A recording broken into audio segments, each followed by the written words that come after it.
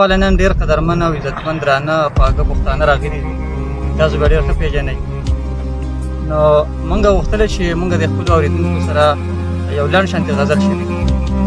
ستاسو که اجازه وي چې یو غزل لکې راته بالکل جی بالکل.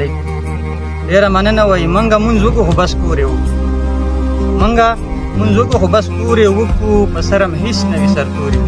واه واه لالا موږ مونځ وکړو خو بس کور یې وکړو، په سره م هېڅ نه وي سرتوري وکړو. او د پښتنو له عجیبه غیرت دی موږ چې ډز وکړو په کور یې وکړو. ډېر اعلی ډېر اعلی مننه. وایي د پښتنو له عجیبه غیرت دی موږ چې ډز وکړو نو په خور یې وکړو. د خور رضا چې په رشته کې نه وي دا ظلم بل وکړو په زور یې وکړو. مننه. او د خور د ژوند دپاره سوچ نه کوو. لالا وایي د خور د ژوند دپاره سوچ نه کوو چې کله یې وکړو نو د ګور یې وکړو. ډېره مننه. وایي د خور د ژوند دپاره سوچ نه کوو چې کله یې وکړو نو د ګور یې وکړو. او که یې پخپله موږ وجلی نه شو وجلی نه شو ورله موږ غم په سړي خور یې وکړو.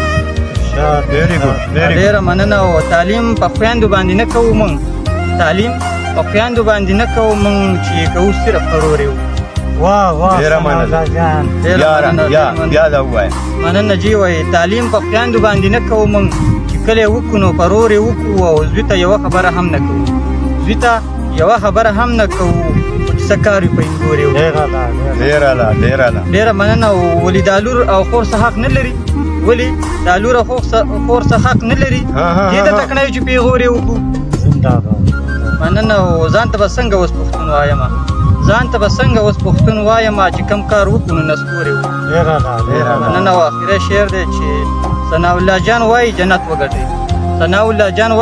وګټئ، که څه خدمت وي چې د مور